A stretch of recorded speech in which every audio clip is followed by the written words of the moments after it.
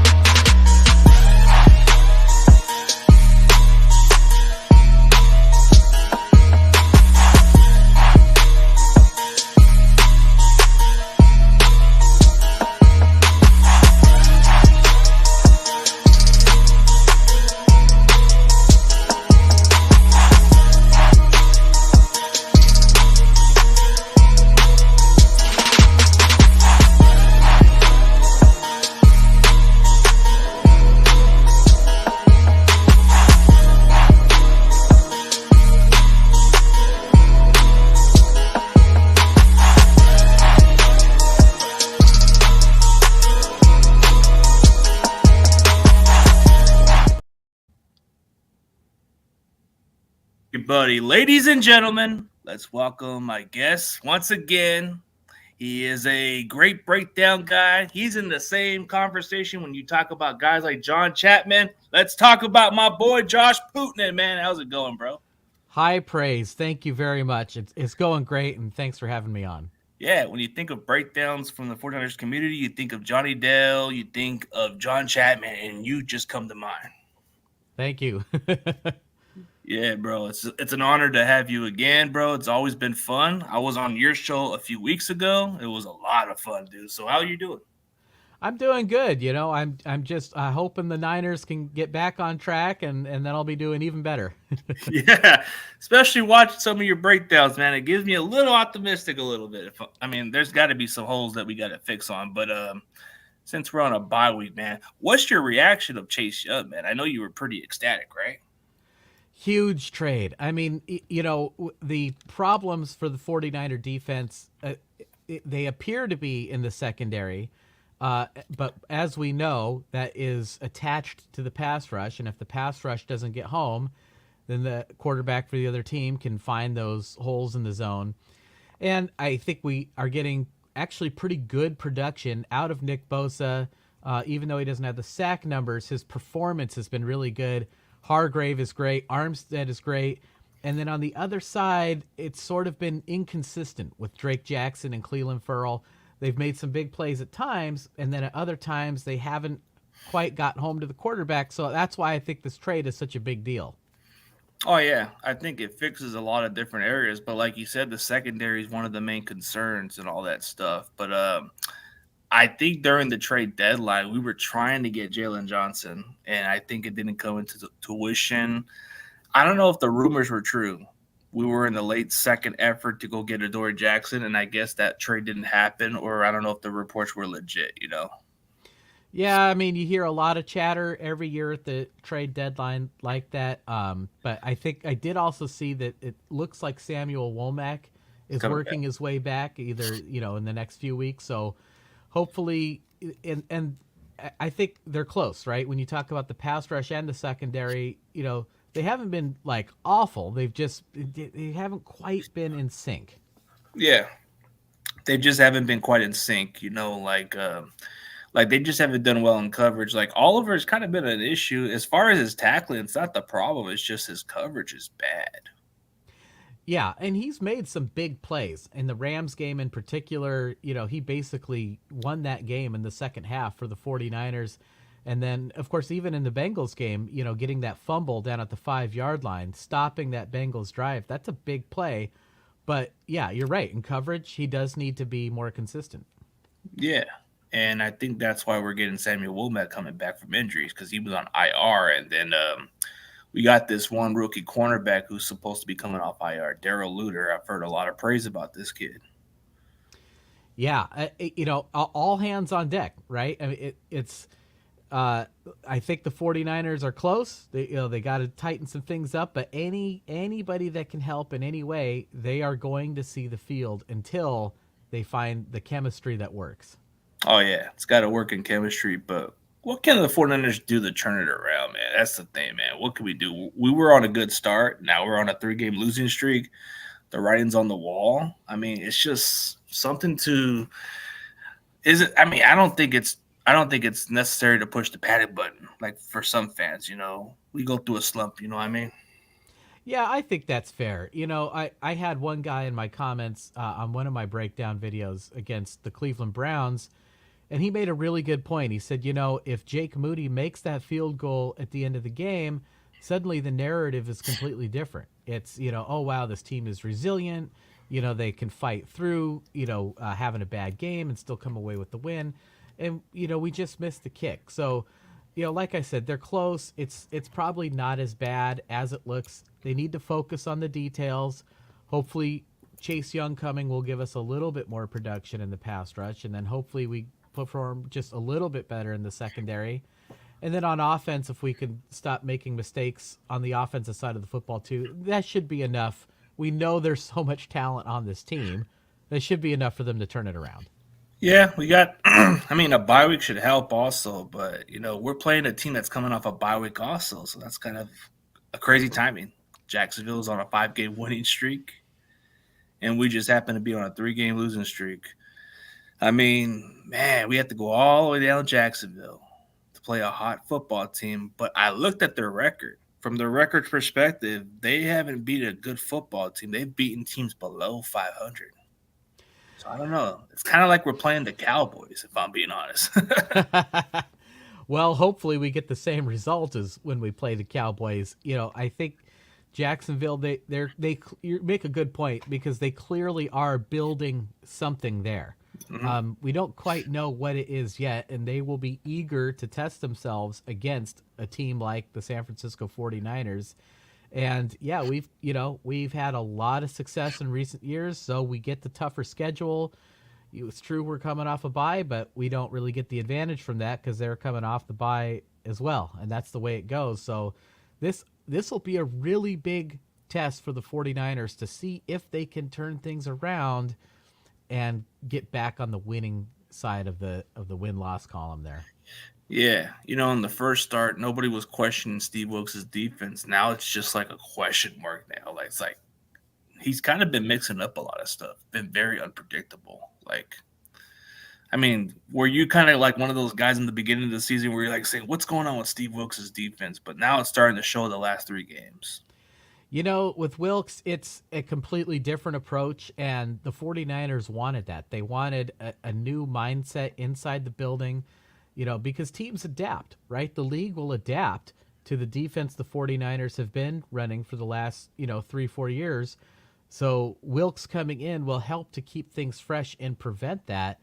But they haven't quite got it down to a science yet, and that's why we're seeing these little mistakes here that end up costing them. And the bottom line is they've got to clean that up. And not just the players, Wilks needs to do a better job as well. But, is it an emergency situation? I don't know if we're there yet. I know we really have to be careful not to drop too many games here. But if they can get it figured out, I think it will be a good thing for the organization.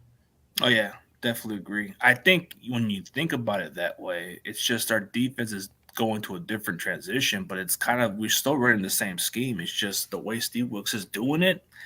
He's trying to mix too much, and that's just not how our defense works. I mean, he's trying to do too much of this little mix of blitz a little bit, and he does a little bit of aggressive approach, and sometimes that's what happens. But if not for that zero blitz on Monday night and by halftime, I think we would have won that game.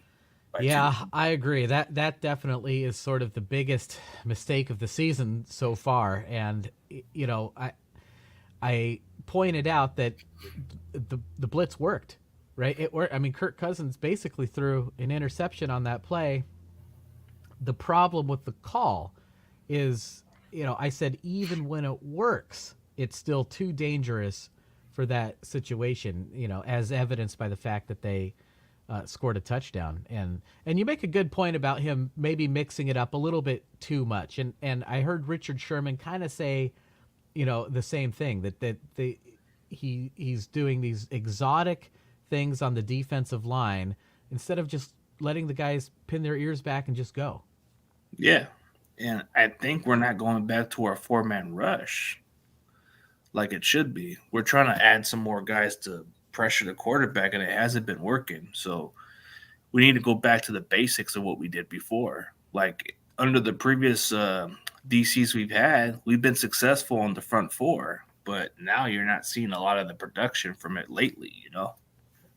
Yeah, and I think they will kind of go back to what they're good at. They'll play to their strengths, and I think with the extra piece of Chase Young coming in, that you'll start to see some results. Yeah, you'll start to see a different results. I mean, when you're adding a guy like Chase Young, who's actually going to start immediately this Sunday, Oh yeah. that's a Oh yeah. huge plus. I mean, I don't get why we even settle for some unproven guys like Clem Farrell and other guys. I mean, Drake Jackson, we gave this kid a chance. I thought he was going to be really good, and I don't know why. He just seems like a non-existence. Like just one game, he had 3 sacks, and he disappeared right off the bat. Yeah, he's struggling. And, I don't know if it's a developmental thing, if he's just not coming along as fast as the 49ers need him to, or if he's, dealing with maybe some minor injuries we haven't heard about yet. But for whatever the reason, the production hasn't been there. And the same thing with Farrell. Farrell, I think he's been pretty good against the run, but the pass rush, not so much. And with Chase Young coming in, now they can mix those guys in.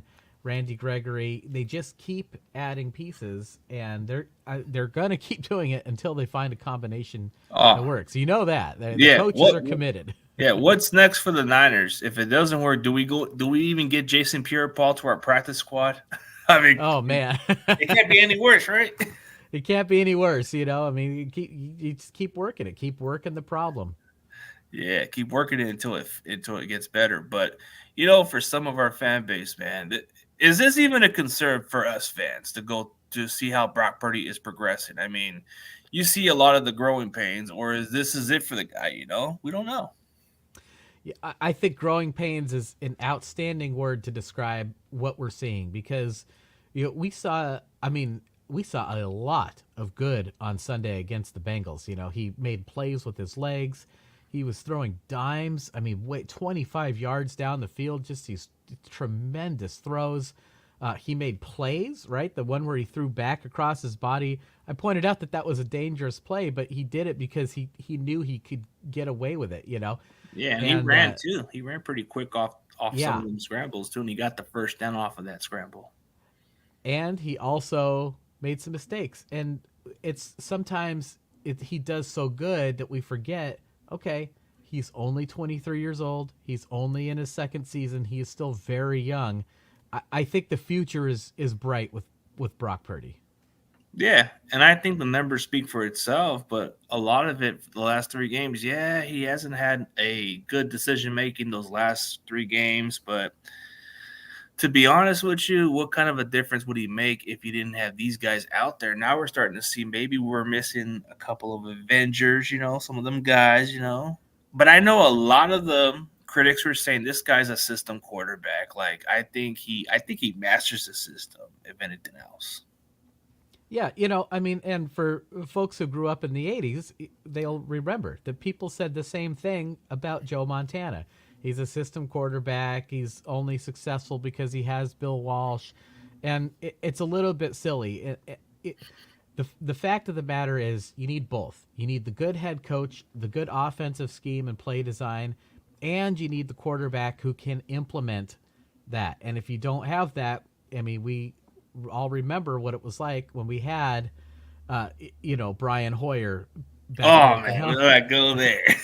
Even a guy like Nick Mullins, who had some limited success, ultimately wasn't quite able to get it done, even though he was playing in a system that was very favorable to him. So he's, in my opinion, obviously more than a system quarterback, and he happens to be in a system that works really well for him. It's the best of both worlds. Really, we should just enjoy it.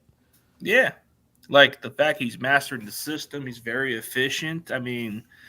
What do you expect from a quarterback? If this guy was the last pick of the draft, this guy had no expectation. Now he became the starter. Now everybody's calling this guy a legit conversation. In the beginning of the season, they thought maybe he can be an MVP conversation, but now those last 3 games, it kind of flew away. So I think this is his stage of learning the game because you're coming into the lead, and sometimes those rookie mistakes come in for most young quarterbacks. But he actually outperformed those expectations. Yeah, I tend to agree. And I think that the 49ers as a team will get back to their winning ways and be a little bit more careful, focus on the details more, and just execute better. And I would include Brock Purdy with that. Oh yeah, you got to include it. I think for most quarterbacks, you have to expect. I mean, the way he played, he's trying. Even under the circumstances, I think this is what's going to build his confidence later in the season. He's going to be in this situation where he failed those circumstances, but this is going to be the test where he finally does it. Like this one test for some certain individuals, like they failed those first couple of times, but they get that third chance or second chance to redeem it, right? Yeah, you learn by doing. And we still have on film anyway have not seen Brock Purdy make the same mistake twice. We've seen him make mistakes, but we haven't seen him make the same mistake twice. You learn by doing and you learn by making mistakes. That's life, that's just part That's of how it being goes. a human being. That's how it goes. Yeah, that's how it goes in all different perspective. Yeah, but we're gonna get some reinforcement on the way. We got Trent and Debo Samuel coming back, so this should build some good boost to our offense. I mean, the running game was missing a little bit because we didn't have Trent out there. Debo in our offense just hasn't really been much of the same without him on the field. Yeah, totally agree. And the numbers show that as well. Running to the left side, the team numbers are way down without Trent Williams on the field. Christian McCaffrey over the last 3 games is averaging it's like 3 yards a carry or something terrible like that. This is Christian McCaffrey we're talking about, and Yeah, without Debo Samuel on the field, a lot of times you have that threat of you put Debo in motion, and now you don't know, are they handing it to Christian or are they handing it to Debo? It really puts the defense in a bind. Without Debo on the field, teams are focusing on Christian McCaffrey a little bit more, and they can't run to the left. It just makes it harder for the 49ers to have that complete offense that you have to have. yeah. I think that's what makes the difference. Like our running game was a lot more easier when we had Trent because Christian McCaffrey was able to run through those holes. But averaging 3 yards a carry, that's barely average, if anything else, for some running backs. But when McCaffrey had Trent Williams, I think he was averaging 4 or almost 5 yards a carry out of those runs. Oh And yeah, yeah. a lot, since we're going to talk about the Jags, their defense, I've seen a lot of their holes and some of their flaws, but I think what kind of makes it so intriguing is now that if we get Trent back, this could be the game where we could run towards them. But, Jaguars, I like what I've seen from their defense, but I've seen some films of what they've been capable of doing. They're not quite good in tackling, from my understanding. Like they got one good tackler. There's some guys that are out of place, but they have one great pass rusher that goes by the name of Josh Allen. Not the quarterback Josh Allen, but the pass rush. That guy's pretty good. He is really good, and he's been doing it for a long time. And the 49ers, if they can protect Brock Purdy and give him time to throw, we know that he can find those guys down the field. He sees the entire field, so if anybody gets open, he will find them. They just have to.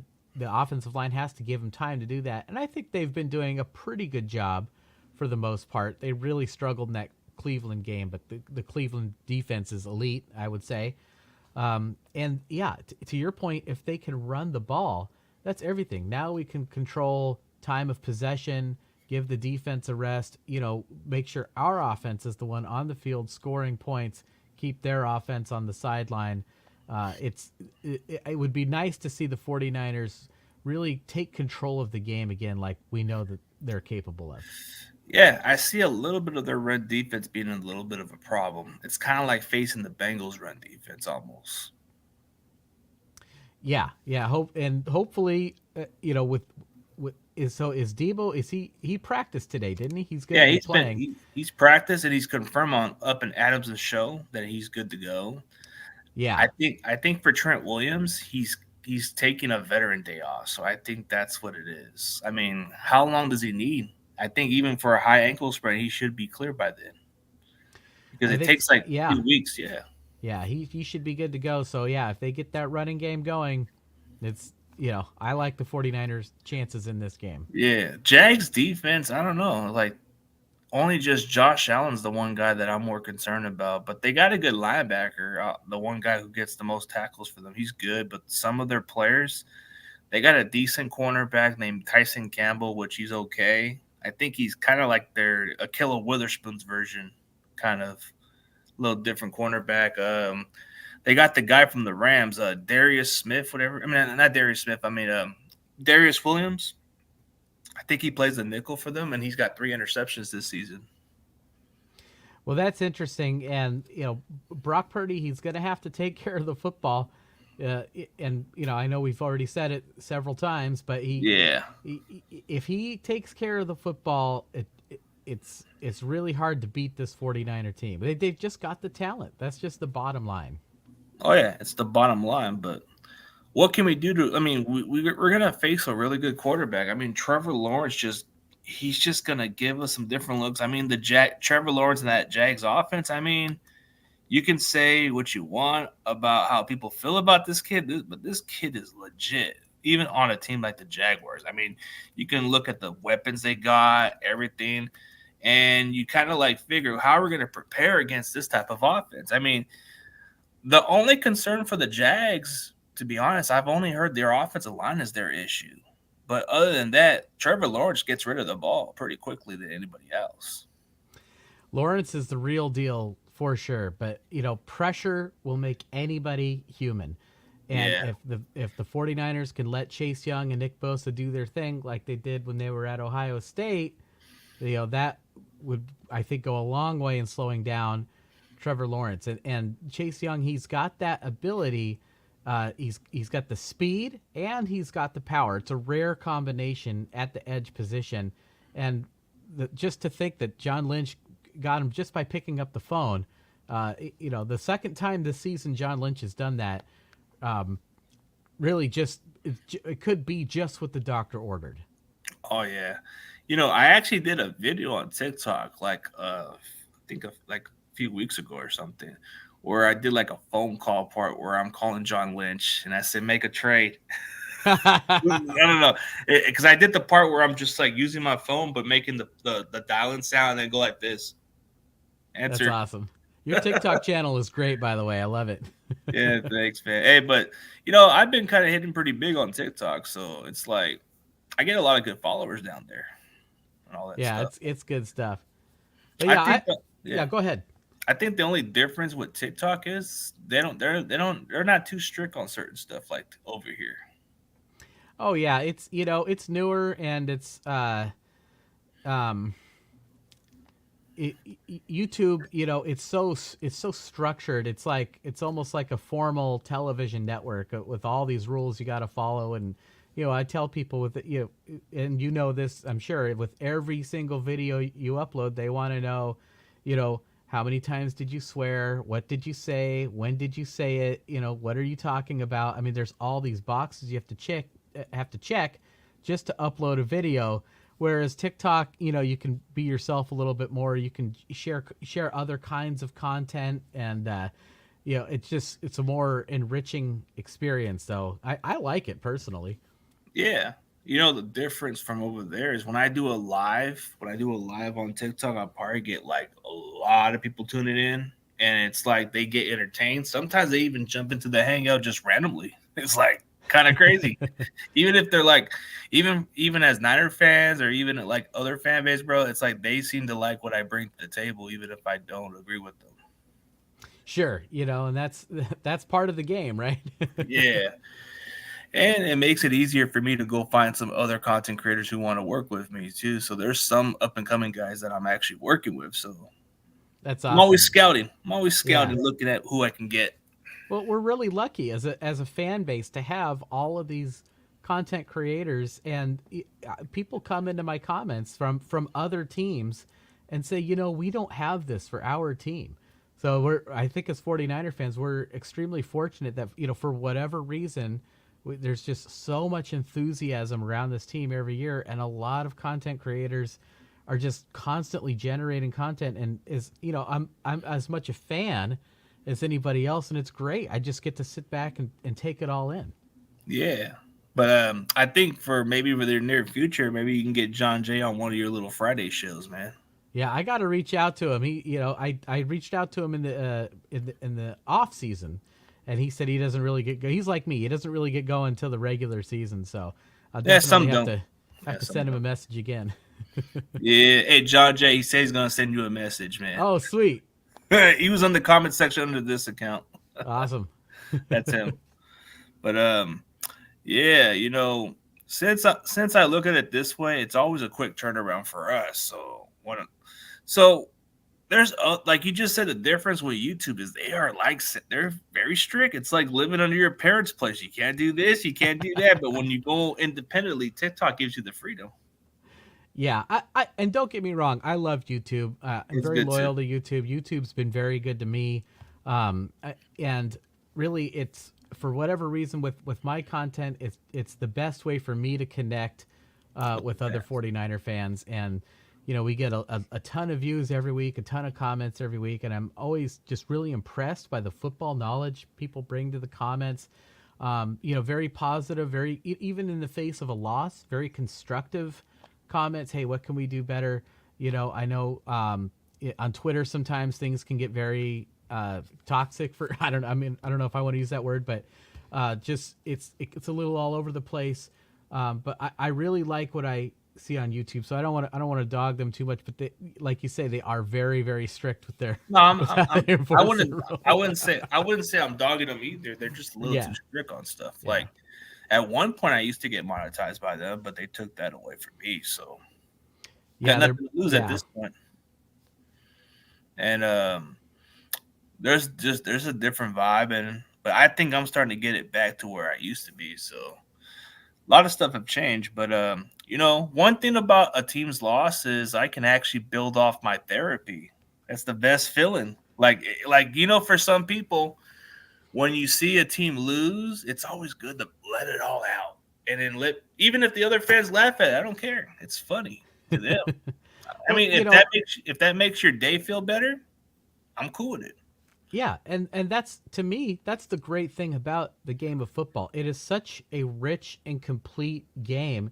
It appeals to our intellectual side as well as our emotional side. It's the full thing. I think it's the greatest game ever invented.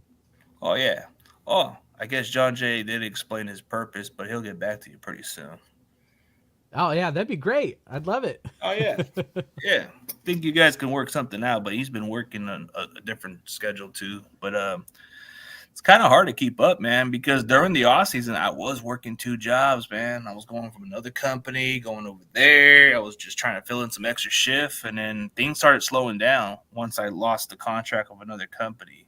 Because the other Yeah. company I was working for, they didn't have nothing for me at that point.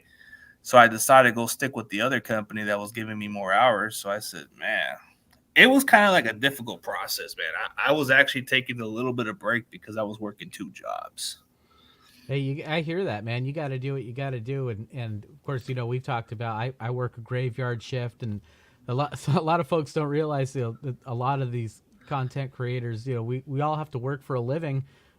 Johnny Dell, he works for a living, and it's we have to try to squeeze this in To make a where little we bit out of it, yeah. where we can. Yeah, yeah. But I it's if you do it because you love it, it's always rewarding. I just do it because I have to do it, and plus I got to make sure it's something for me to put on the table. So it's like, Amen. I mean, what do you do for graveyard man? You do like what kind of job? Forklift. Oh, that's some yeah. See, especially at night too, doing forklift. That's some tough work out there. But you know what I do for security at nighttime, man. I gotta watch a lot of stuff, but it's not that. It's pretty difficult. I have to keep my eyes up. Oh yeah, you learn all the tricks on how to stay awake. I got the full thermos of coffee, and I just make it extra strong, and then I drink my coffee. I drink my energy drink a little bit just to stay up, and I watch. And even if it gets boring, I'll check out your videos. Or I'll check out some other stuff just to keep me busy, so I don't get oh yeah, tired. and then do my rounds and then go back and forth. That's all I do. Yep, yep. I pop my headphones in and Yeah, dude, but forklift is like a lot of work to it. So yeah. I mean, a lot of it comes down to it like that. But do I like graveyard shift? Nah, just part of the work, you know. it's I just part of prefer the work deal. in the morning. Actually, if I work the morning and get home around the afternoon, I'm cool. Oh, that'd be great. Yeah, Sign me it up for would. that. That would be good, you know. Right? But so since we're talking like the way how the Niners like let's discuss what the Niners offense could improve on, man. It's like I think it's not the issue with the offense in general. I think it's a lot to do with our defense, but what can the offense do to get back to those 30 points, man? There's a lot of things that I've noticed. So the obvious things are the injuries, right? Trent Williams and Yeah, Debo Samuel, getting those guys on the field and keeping them healthy.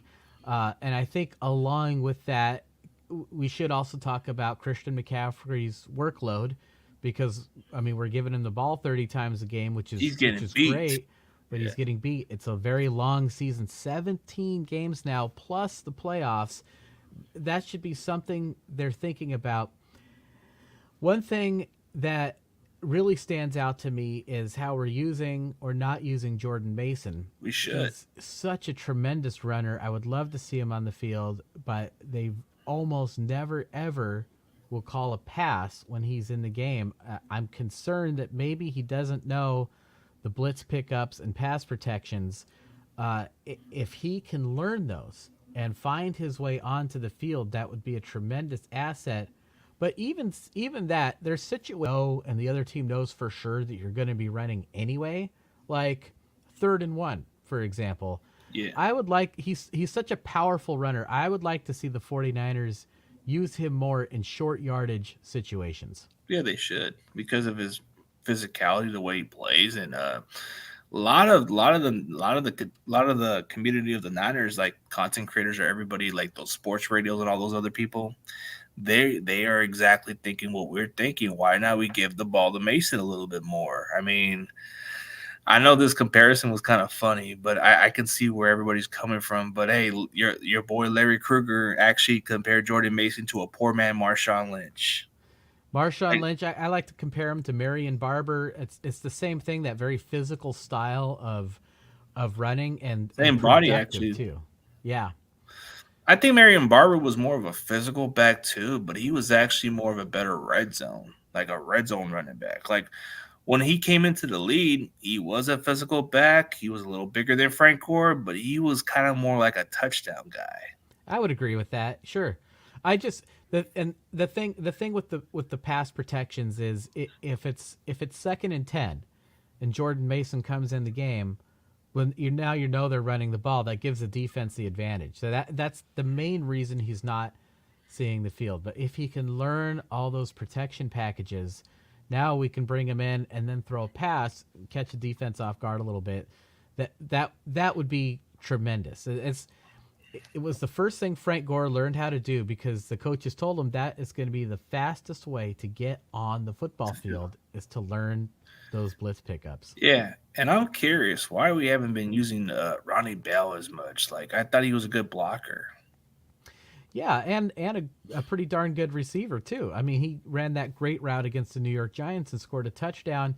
And especially with Debo Samuel hurt, I expected to see Ronnie Bell in the game a little bit more too. We have depth on our team. I think we need to utilize that a little bit better, and that goes to the coaching, right? We've talked about Yeah, how the players need to play a little bit better. The coaches need to do a little bit better too, and that would be one way that they could do it. yeah, they underutilized some of those guys that we should have Yeah. used. I think at this point we might want to use a little bit of other players that should get some more playing time. Like I think Brady Willis should get some more playing time over guys like Dwelly. Dwelly is not quite a blocker. He's more like a receiving type of tight end, like more of a try hard blocker. But I don't know. There's other guys we can use, but you know what's really frustrating is I don't understand why we don't even go use Danny Gray. Danny Gray has speed. We lack speed on offense. We need a guy that can stretch the field. And I thought Danny Gray was the answer, man. What's going on? Like, he's got speed. And we're not Well, even. there's something going on there, and you're right. We don't know what it is. It's I assume something behind the scenes, that the coaches are seeing in practices where they're saying, well, this isn't going to work. We're going to have to go with Ronnie Bell, Ray McLeod, guys like that over Danny Gray. I know that's the frustrating part because this guy runs 4.3 speed. You figure maybe there's a way they can use him in different ways. You can use him in the jet sweep, deep passes, all that stuff. But like, how Yeah, are you going to make your offense any better? Like, I can agree with all the other content creators. One thing we've lacked in this offense is the speed part of the game. We need that speedy wide receiver. Like, if you like, for example, like shout out to Ramsaholic. You see how the Rams have Tutu Atwell, right? He's that speed guy. That's what you need on your offense. That one speedy receiver. You look at a few other guys that got some speedy receivers, like okay, for example, like Dallas, right? They have CeeDee Lamb. He's a possession receiver, but you look at Brandon Cooks when healthy, he's a fast burner receiver. You need one of those dudes, but we don't have that. We only have like guys who run maybe 4.4 speed, 4.4 like Jennings is a 4.47. I mean 4.7 speed guy, but still. well, and we saw how effective it was back when we had Marquise Goodwin, right? And Yeah. back then, when we were doing the channel, we looked at the film week after week, and he would, like you said, he would stretch the defense. You have to guard him. You can't just give up a 70-yard touchdown every play. So the defense would have to adjust, and it just opened up so many underneath opportunities for Jimmy Garoppolo. Now with Brock Purdy, you would think that would be another potent combination that they could draw on. So it does make me wonder, what's going on behind the scenes that we don't know about. It is sort of similar in a way to the Jordan Mason situation, isn't it? Or is it similar to maybe the way they're treating him like Dante Pettis type, or are they treating him like one of those guys in the doghouse or something? Because I don't know. Like, Yeah, it makes me wonder. And with Pettis, we we know now that his there were some problems with his route running and things like that where the coaches just didn't feel comfortable playing him after a certain point. So yeah, that's what it was with him. But we need to get somebody with speed. I mean, if Danny Gray isn't it, man, then what's going on? Go get somebody then. Go get somebody that you can trust. Like, there's this one wide receiver. I don't know if he's going to be signed yet, but there's this kid named Anthony Swartz. Go pick him up. Get him out there. He's got speed. He's got I think he runs a 4.29 or some type of speed. But I guess he got cut because of the receiver was pretty deep in Cleveland. But this guy's got some burner speed.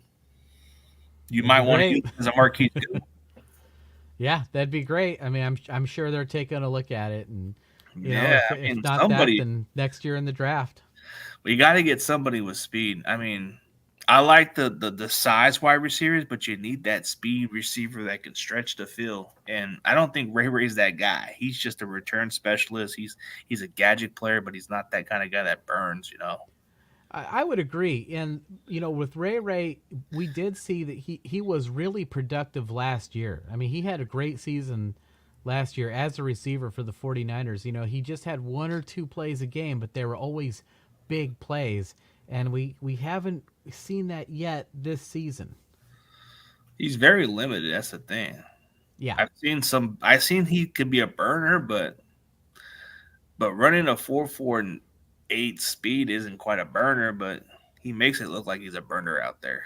He does. That's kind of what they used to say about Kaepernick, right? Like he's actually not that fast, but man, he just looks so fast. It just looks so easy when he was running the ball. Some people he runs like Michael Vick out there. Yeah, they're just very natural and comfortable on the field. And Ray is that guy, and that's what you need to be a good returner anyway. Yeah, it's going to be a difficult offseason coming into whether we retain Ayuk or not. But there's some good receivers coming into the draft that might be somebody we can look forward to. But that's either here or then. So I definitely like what I've seen from I like Rice. I like Rice's son, but I don't know which round he'll go to this upcoming draft, but we'll discuss later on about it. I mean, it's intriguing, but since I don't think it's much to do with the offense being the issue, but it's a lot to do with the defense. The way we've kind of been like, we've been giving other opposing teams too many possessions. That's why we haven't been scoring on offense. Yeah, I tracked this on my Threads account. You can go follow me at Oh, I follow you. Threads. Yeah, at Josh Breakdowns. But we had one stretch where there was 15 consecutive drives. It might have even gone up to like 17 consecutive drives, where during that entire stretch we had only forced one punt on defense, and that was concerning. It would be 3rd and 10, and these teams would just convert, and that's got to be fixed. Oh yeah, it's got to be fixed because we gotta because it's been with these opposing offense. They've been having more time of possession. And that's why our offense hasn't been scoring as much. But you know, I don't know about confidence, Ramsaholic. I don't know, bro. If we don't win this game, I think my confidence is falling down a little bit. It depends on how we play, man. Like, can we get a win over Jacksonville? Can we get over the hump? Until we get on a roll, you can ask me that question later, Ramsaholic. I don't want to go a little too off like some Dallas fans do. I'm not going to say we're in that Super Bowl yet. I don't even know if we're going to win this year. We just have to take it one game at a time. But let me Yeah. once it comes down to almost the end of the season, I'll give you the answer. Like, what do you think, Josh? I think that's really well said. If you would have asked me in week 5 after we started off so hot and blew out the Dallas Cowboys and we looked like the best team in the league, I again, with my emotional side, I probably would have, Super Bowl, we're going all the way. Now with a little bit of perspective, we can say, okay, we've got to take this one game at a time. But we are kind of getting into the key stretch in the season. Jacksonville, it's going to be a big test. Then we have a game we should win at home against Tampa Bay. Of course, in the NFL, anything can happen. Make Mayfield look like? Can we not make Mayfield look like a damn good quarterback? Let's try our best. But in all seriously, if you ever want to have another fan base, this guy's a good dude. He's one of my co-hosts for the NFC West Prime. He's a good dude. He's a funny guy. He's making a lot of sense right now. I kind of got to admit. We do sound like a one because it's just that we're not sure, bro. We're in a 3-game. We're not sure. And then after Tampa, we got Seattle, Philly, Seattle. So it doesn't. Oh, we're all in, easier. bro. But our defense sucks right now. They've got to get it correct. I do think they're close. I think they're closer than maybe it seems sometimes. But if they could just get in sync, we'll be right back on track. So that, to me, this is the key. Jacksonville, Tampa, Seattle, Philly, Seattle. This 5-game stretch will tell us a lot about where the 49ers are at this year. Absolutely, man. Speaking of the preview matchup, what are you looking forward to the Niners and Jaguars matchup wise? Well, I'm looking forward to see, like you talked about earlier, the running game. With Trent Williams back on the field and Deebo Samuel back on the field, can we get back to our strength running the football, really taking control of the game, and then let Brock Purdy play to his strengths and slice and dice the defense after they're selling out to stop the run? To me, that's huge. Oh, yeah. It's going to be a huge matchup. I think if we can get a running game going, the one matchup I'm definitely looking forward to, I think I've said it before, even through the NFC West Prime and other shows, I think for the matchup against Jacksonville is I want to see how our defensive line does against their offensive line. I think that's going to be the true test. And then go against one of their top best quarterbacks, one of the top best quarterbacks in the league who's actually really good. He's legit. It's just Jaguars are what they are. Yeah. Yeah, and like we said, we know the 49ers have the talent. They've got to limit the mistakes. Brock Purdy's got to just not make those mistakes late in the game. And, of course, the other thing, too, Christian McCaffrey, it sounds surprising to say it, he's got 2 fumbles inside the red zone this year. You would never guess it out of a player like McCaffrey. We get those cleaned up, and we're suddenly in much better shape. Oh, yeah. The red zone issues, like with McCaffrey, the 2 fumbles, even against Dallas when we blew him out, he fumbled. And then the other game, he fumbled. It's like, yeah, dude, if we can get our defense together and all that stuff, I think we have a good chance. But man, matchup wise, since there's a good chance we can get on track, man, we got to get them three keys to the game, man. Like, I know you're going to do your breakdowns and all that stuff, but man, what's the three keys for the 49ers to win against Jacksonville? Run the football, don't turn the ball over, and just execute all the little things. And I include the kicks in that, kickoffs and field goal attempts by Jake Moody. Just execute the kicks, and there you go. Oh man, that makes a difference. If we can get our offense rolling and get the running game going and give Brock Purdy some time, and then like you said, make those kicks, man. Since we're gonna go into that topic, I mean, Jake Moody, he's kind of been having an up and down season. So you think this pick was pretty much just a learning experience for this kid? Because I know for some rookie kickers, you don't expect them to come right off the bat like that. That's absolutely right. It usually does take kickers a while to adjust to the NFL. My wife was asking me about this, and it is very similar to the college game, but there are some slight differences between the timing of the kick and also where they place the hashes, and it is an adjustment for these guys, and we're seeing that in real time with Jake Moody. John Lynch, Kyle Shanahan, they made a business decision with Robbie Gould. It is what it is. And I think they made a very sensible decision in getting this. If you're going to do that, you try to get the best kicker in college football, obviously. And so they made that happen. And just like with Brock Purdy, we are living with some growing pains of a younger player. Can the 49ers get it ironed out down the stretch? Is going to be the key. That is going to be the key for sure. But since we're going to go into that score prediction, I don't know if you're such a score prediction, but I like to get an idea. Maybe if I get your score prediction, if that score is correct, bro, I'm going to just call you out and say, hey, I got it correct on the scoreboard.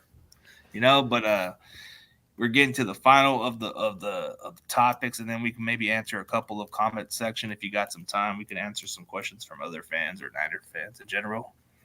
That sounds great. Yeah, I'll say the 49ers play a game where they are mostly in control for the whole game, and they win very sensibly on the road, 23-13. Okay, not too bad. I mean, I can see it a very close game. Like what I said on my score prediction also is I said this game will be a lot closer. So I can see it as a 4-point win. I say it's going to come down to Brock Purdy taking us down the field and get his first comeback win. That's my prediction. We're down by 3. We're going into position, and then Brock Purdy throws the ball to who? Jawan Jennings. There you go. Clutch. I like it. But I guess for the Rams fan, he respects how we're humble in some ways. Yeah. Well, I appreciate that. I always try to stay neutral, and even on my channel doing the breakdowns, I got to remember there's 2 teams involved, and fans from other fan bases will come and watch too. And if I try to sneak some BS past, I'll get called out on it. I got to be honest with what I see in the film. Yeah, you speak it like it is. And now we're getting to the questions, man. So what I said on my scoreboard during the NFC West Prime, I believe I said the score will be 28-24 Niners. It's going to be that kind of game. I like this question by Gavin.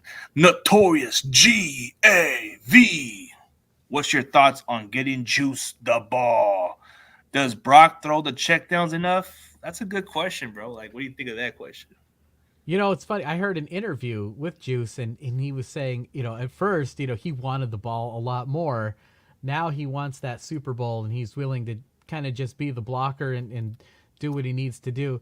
But it does kind of go to what we were talking about earlier. If the offense is struggling a little bit, or the entire team for that matter, you do have a very diverse roster. We have these guys available. Use them. Make the defense adjust to you. It definitely wouldn't hurt to get Juice the ball more. And I love the second part of this question because, of course, when we had, Jimmy G, it was, does he check the ball down too much? he almost refused to throw it deep unless we absolutely had to, end of half situation or something. Brock Purdy is, throwing all these 25-yard dimes down the field. Is he throwing the check down enough? I think he's getting better at that for sure. Taking what the defense gives him. We showed a couple of plays in the Minnesota game. The first play, he had a check down and didn't take it and took a bad sack, and we had to punt, and we know how important possessions ended up being in that game. And then there was a play later on in the game where he had that check down again, and he took it, and then the receiver broke a couple of tackles and got a first down. So, that is another learning experience for Brock Purdy. Like we say, he doesn't tend to make the same mistake twice. He's great at the deep ball. I think he's kind of over-proved that at this point. I mean, he's just killing it with these long passes. But, yeah, when those aren't there, for sure, take what the defense gives you. Don't try to do too much, which is hard. You want to make plays, but you got to be sensible at the same time. And just make it harder on the defense. Make it 3rd and 7 instead of 3rd and 10. Yeah, make it more manageable, and I can see that. I know Gavin was gonna say something smart, man. He was gonna say something brilliant, like we haven't used the juice. I mean, this man is a juice fan. Actually, he's kind of like one of the biggest Juszczyk fans out in Wales. That's awesome.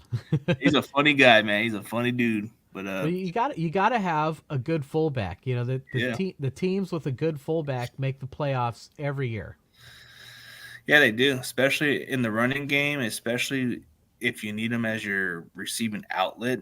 Like Juszczyk was a tight end coming out of college, so he has that versatility to do everything. But since the only person in the score prediction that picked against the Niners was this guy in general, like the rest of the guys in the NFC, the Seahawks guy, you'd be surprised. The Seattle co-host picked the Niners, and the Cardinal guy picked the Niners, but he was the only one that picked against them. But he said I kind of get where he's coming from because Jacksonville's a good team. They're on a roll. It's kind of hard to beat a hot team, but I think it's going to be a very close game. So yeah, like you said, the Rams the Jaguars are good. Yeah, they are a solid team. They've got a great quarterback, but I just think that the Niners are just a little bit better. That we've got the experience, we've got a little bit more talent at every position. Can they execute and put it all together is the question we've been asking over the last 3 weeks. And I think they will because they have to. Yeah. I think that's what's going to keep. Oh, so I see, everybody has a life. We work. So, hey, hopefully you have a good one, John Jay. Shout out to the working man. I'm right there with you. Yeah, I'm right there with you. I have to work a graveyard shift, dude. Sometimes I even have to work an extra shift just to pay up the rent and some stuff. Oh yeah. I how many the OT book as well. Yeah.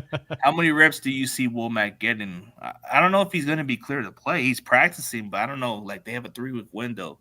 If he's healthy enough, then maybe we should give him some more reps over Oliver. But maybe if you do some breakdowns for Juice, man, this guy's gonna probably be your biggest follower, man. He's gonna probably just want to say, "Hey, I want some scoops on the Juice."